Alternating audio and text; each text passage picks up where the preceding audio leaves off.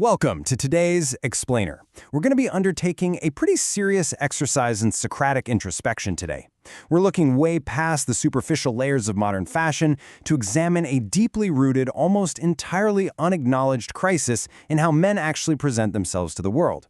We are talking about the philosophy of male aesthetics, and more specifically, the very real struggle to develop what we're going to call a calibrated eye. We're going to break down the mechanics of self-judgment, intention, and identity. We're completely stripping away all the noise to look at the absolute core of masculine presentation. Okay, let's dive into this directly by asking a question that, frankly, demands your absolute honesty. When you look in the mirror right before you leave your house, who actually decided how you look? Was it really you? Or are you wearing a consensus of other people's opinions?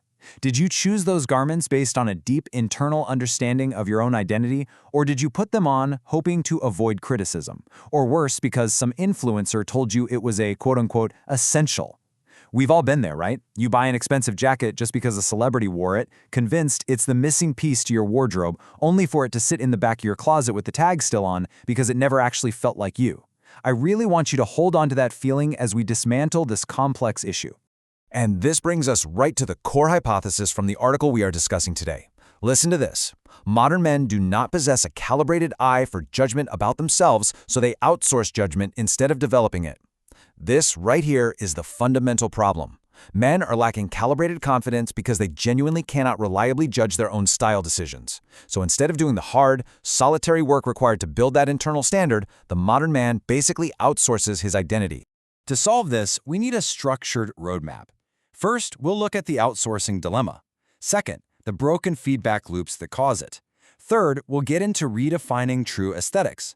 Fourth, we'll establish why knowledge must come before confidence. And finally, we'll look at how to actually train the calibrated eye. Let's start with Phase 1 of our framework. Section 1, the outsourcing dilemma, and why this represents a true crisis of self-judgment. The article we are discussing posits a very stark reality. Modern men have traded internal self-knowledge for inconsistent external approval. Because so many guys cannot reliably judge their own decisions, they rely entirely on external validation to tell them if they look acceptable. This is a profound loss of autonomy, and honestly, the psychological weight of this cannot be overstated. When you can't evaluate your own presentation, you are effectively handing over the authorship of your identity to the crowd. You're basically asking the world to tell you who you are, rather than telling the world who you have consciously chosen to be. Let's move along to Section 2, broken feedback loops and the trap of external validation. Let's see the root causes agitating this whole dilemma. So, why exactly do men struggle to trust their own judgment? Well, it's because the mechanisms they use to learn are entirely broken. Think about it. Most men have never been formally taught to evaluate style systematically. Just think about your own history for a second.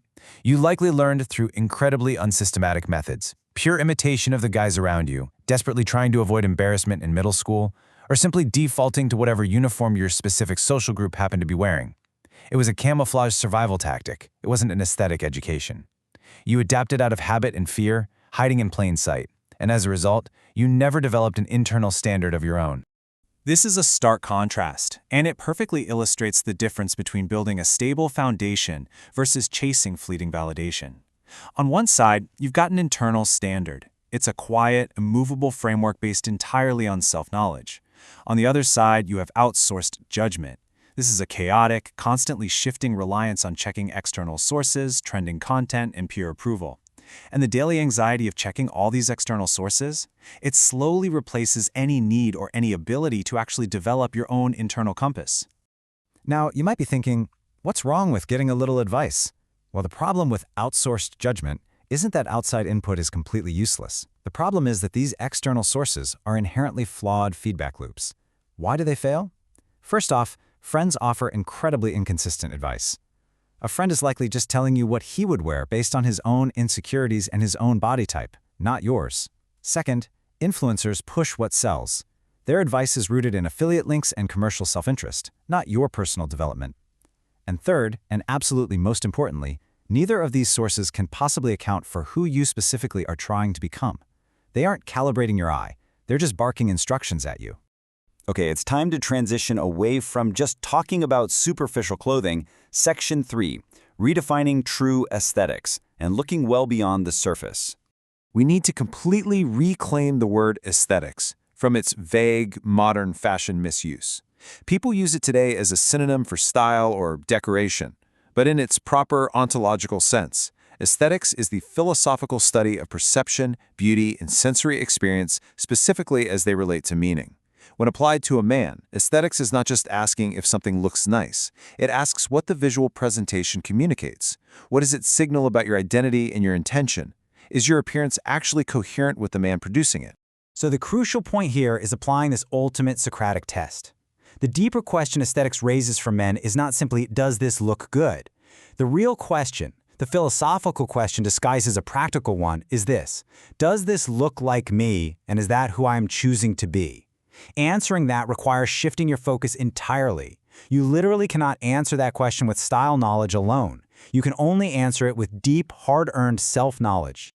Which brings us to the resolution. Section 4. Knowledge before confidence, and how we actually solve this underlying deficit. Now, notice how genuine confidence has to be built sequentially. Men so often think their hesitation in style is a confidence problem. It really isn't. The article we are discussing clarifies that the knowledge deficit comes first. A man who has never developed an internal framework genuinely has no stable basis for judgment. You have to fix the knowledge deficit first, which then allows you to build an internal framework, which ultimately results in earned confidence. You can't just skip straight to step 3. You cannot fake the foundation. Let's look at how to actually pull this off in the real world.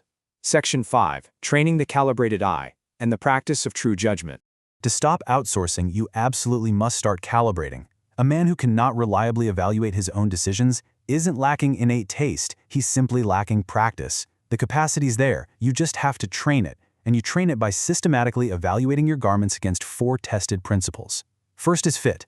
This is all about how the garment interacts with your physical geometry. It should flatter your specific build, never fight against it. Second is proportion. Think about how the elements balance each other, the visual harmony of how a jacket's length works with the cut of the trousers. Third is coherence. Look at the entire outfit and ask how the pieces communicate a unified message. A rugged workwear boot paired with a sleek, worsted wool trouser, that fundamentally lacks coherence. And finally, intentionality. This means doing everything on purpose, leaving absolutely nothing to accident. Consistently evaluating your presentation against these 4 pillars is what transforms raw aesthetics into profound self-knowledge. I want to deliver a quote from the article we are discussing today, and I say this with absolute seriousness to drive this entire lesson home. Confidence without calibration is not confidence. It is performance. If you are relying on external validation to feel good about how you present yourself, you are just acting. You're playing a part written by your peers and the market. But when you master those principles of fit, proportion, coherence, and intentionality, the confidence that emerges is real because it's earned. We're going to end this explainer with a final Socratic provocation. I want you to look really closely at your own habits. Ask yourself, right now, are you putting in the work to earn your confidence through a calibrated, knowledgeable eye? Or are you simply outsourcing your identity to a world that doesn't even know who you really are? The choice, and the work required, is entirely yours. Keep evaluating, keep learning, and start building that internal standard.